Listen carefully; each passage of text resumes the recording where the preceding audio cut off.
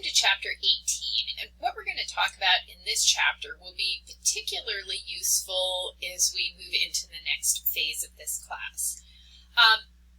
So first we're going to hit on concepts of supply and demand and how that affects product pricing. Certainly when something is in greater supply and limited demand, we see prices go down. I think that probably a good example was at the beginning of the pandemic when everybody was locked up in their houses and no one was driving. Suddenly we saw the demand for gasoline go down. And as the demand went down, that meant there was more supply on hand. And we saw prices drop fairly precipitously. So, finding that equilibrium point that matches the supply with the demand is really an art form, and that's what retailers strive to do.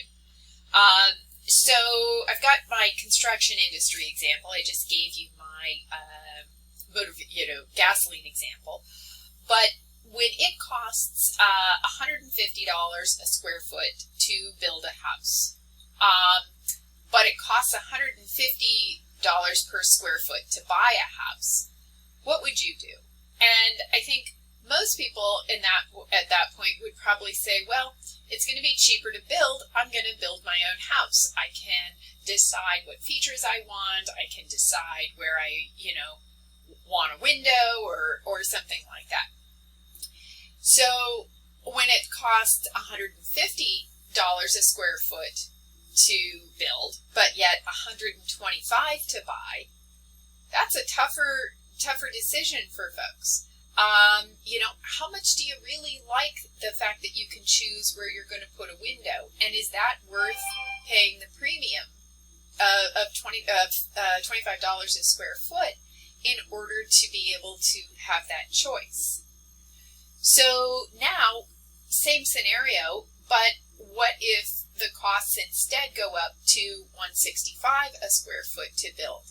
Well, gee, now the cost of deciding where you can have a window in a custom build has just now increased by another $15 a square foot, and perhaps that is now the tipping point where someone is no longer willing to pay that extra to get the custom feature. They're willing to be able to, have something ready-made, even if it isn't perfect, for substantially fewer dollars. Now, this graph illustrates the relationship between supply and demand. And there is a point at which the demand line and the supply line intersect. And when that happens, that is the point of equilibrium. In other words, sort of a perfect balance in the supply and demand side. In this case, what we know for whatever product this is, that a price of $30 per widget and the demand of 10 widgets is what constitutes that point of equilibrium. Now, price may not be the only thing that influences demand. We have, someone's ability to buy something. Something can be as cheap as it wants, but as they can make it. But if it is, for example, a luxury item and times are lean, folks may not be wanting to spend extra money on things that are not necessities. Certainly quality of goods, the availability of alternatives, and that since price often dictates demand, it's important for retailers to understand the relationship between price and demand. And we call that price elasticity. And sorry about my probably somewhat confusing looking equation here, but I thought it looked better than writing it out in words, but maybe not. So we measure this as the percentage change in quantity divided by the percentage change in price. And that gets us the price elasticity calculation. So if we have what's known as a relatively elastic demand, then only little price changes are going to lead to larger fluctuations in demand, and the opposite of that is true as well. So if a good is said to be price elastic, or greater, have greater elasticity, I guess I should say. When we look at these factors on this slide that we had gone through previously, what we see are the more extreme situations where we have consumers without a lot of income. There are many substitutes for sale. They're luxury items, and we will find those and take relatively larger amount of consumer income, not necessities, I should also add. So those tend to be price elastic goods. On the other hand, things like, well, maybe toilet paper is a bad example, because there for a while I think toilet paper was going for a lot of money. But ordinary staple type essentials tend to be the other end of that continuum. So when we talk about a market structure, we have 4 basic types. When we have perfect competition, we have a plentiful number of competitors in the marketplace. It takes very little for a competitor to break into the marketplace. The products are similar, and there's no sort of specialization involved in terms of the expenses. Then we have what's called a monopolistic competition, which should not be confused with monopoly, which I'll cover in a second. So with monopolistic competition, again, we have many competitors. Instead of being a low barrier to entry, or very low barrier to entry, it's just low. Now we've got some unique product features, and now you'll start to see some sort of incentive type activity, coupons, things like that. Then we move to what's called an oligopoly, where now we've got fewer competitors into the marketplace. The ability to break into that marketplace as a competitor is challenging. There are fairly unique aspects, and now we're starting to see much more in the way of incentives being offered. And, it's funny because my son right now is in the process of car shopping. And this reminds me a little bit of the process that he's going through with these various cars, not even just comparing 2 different types of cars, but even looking at the same car from different dealers and what they're willing to offer in terms of incentives. And so it's actually very much reminds me of the oligopoly concept. Then we go to the, again, the opposite end of the extreme from perfect competition, which is when we have a monopoly. And you've got one player in the market. It is very difficult to break into the market, very unique product, and they're going to be having lots of legal and lobbying expenditures. When I think about things like monopolies that we have in our own life, I think about our utilities, for example. And at least in Vermont, it's one-stop shopping. You go to your utility, and that's who supplies your electricity. It's not like there are competing electric companies that are coming in. I know New Hampshire has had some changes related to that, but at least here we're one-stop shopping. So the barrier for another utility company to come in and take over that would be really challenging. The expenditure that would be involved to compete would be pretty substantial.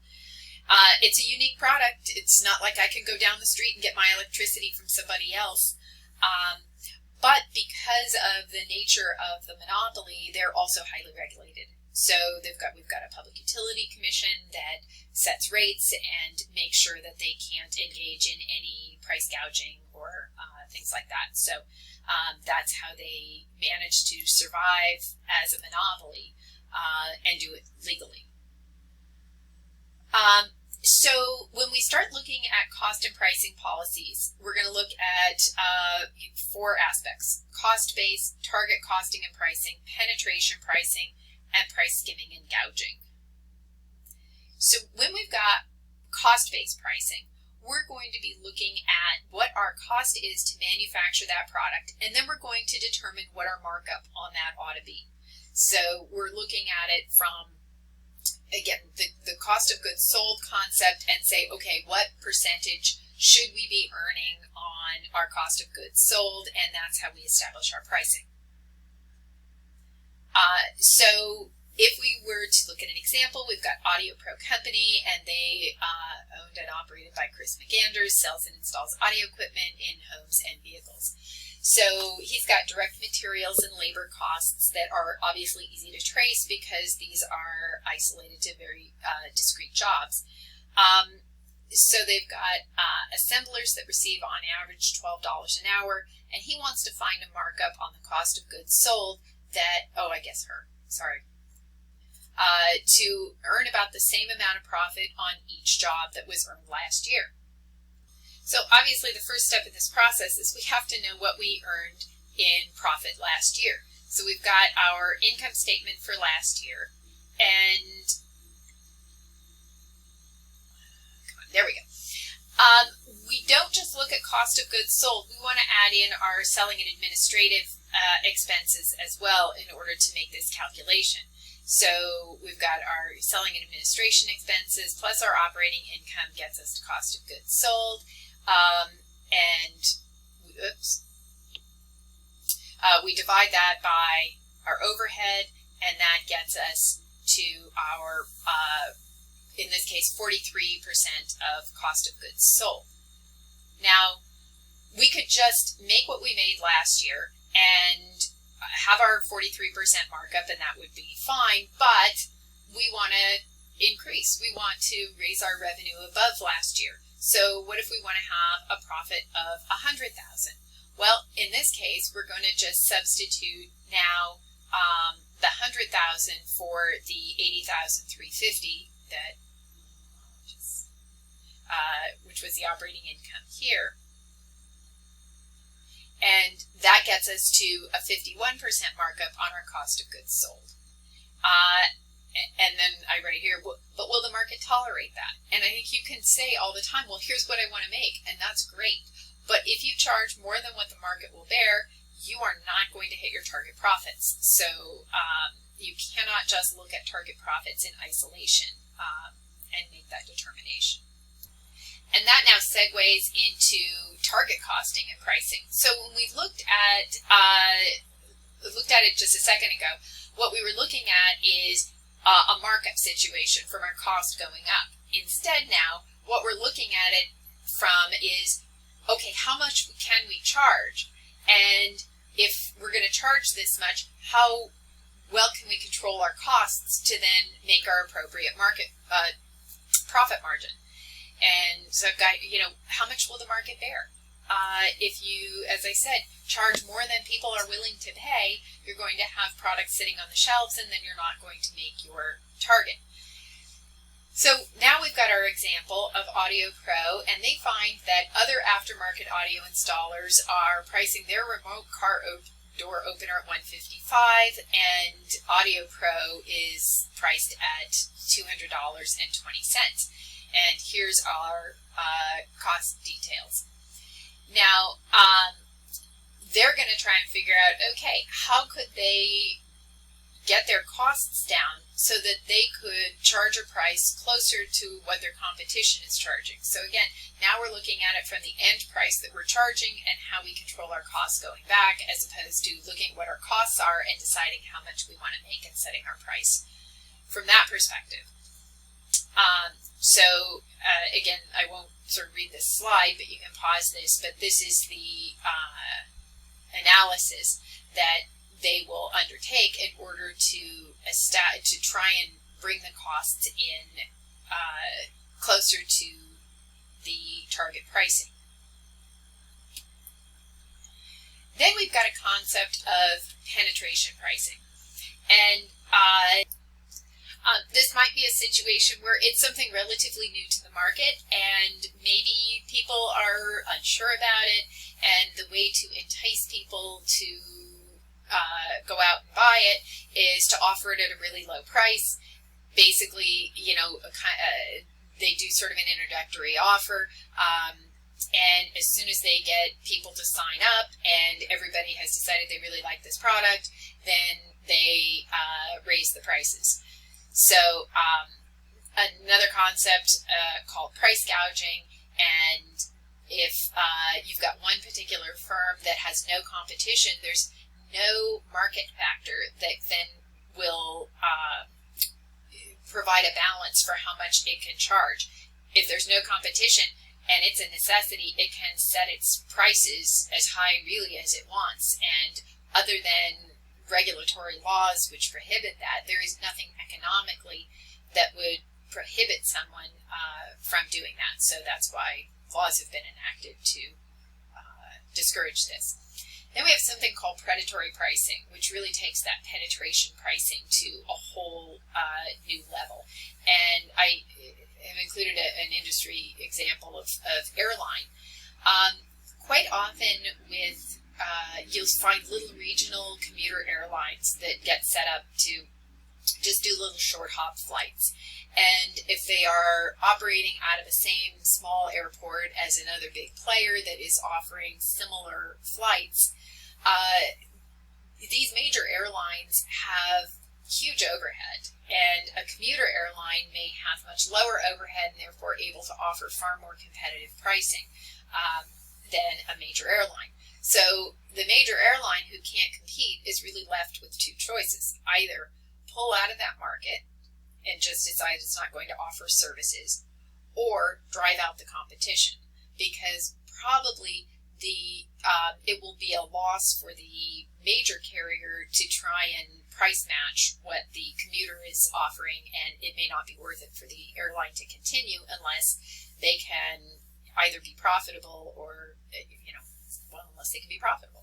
So they will undercut and offer, very cheap fares and drive the commuter airline out of business. And then as soon as there's no more competition, they raise the prices back up, and really the consumer is the loser.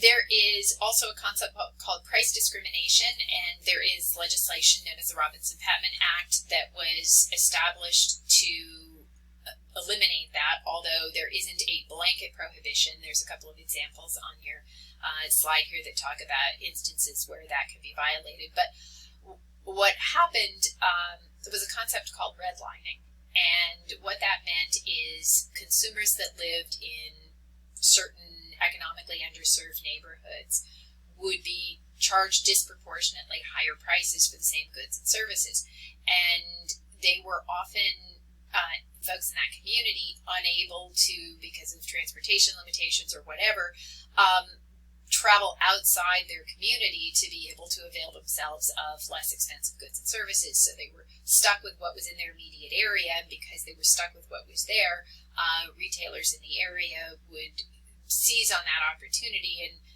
charge more than was reasonable under the circumstances because they basically had a captive audience of consumers.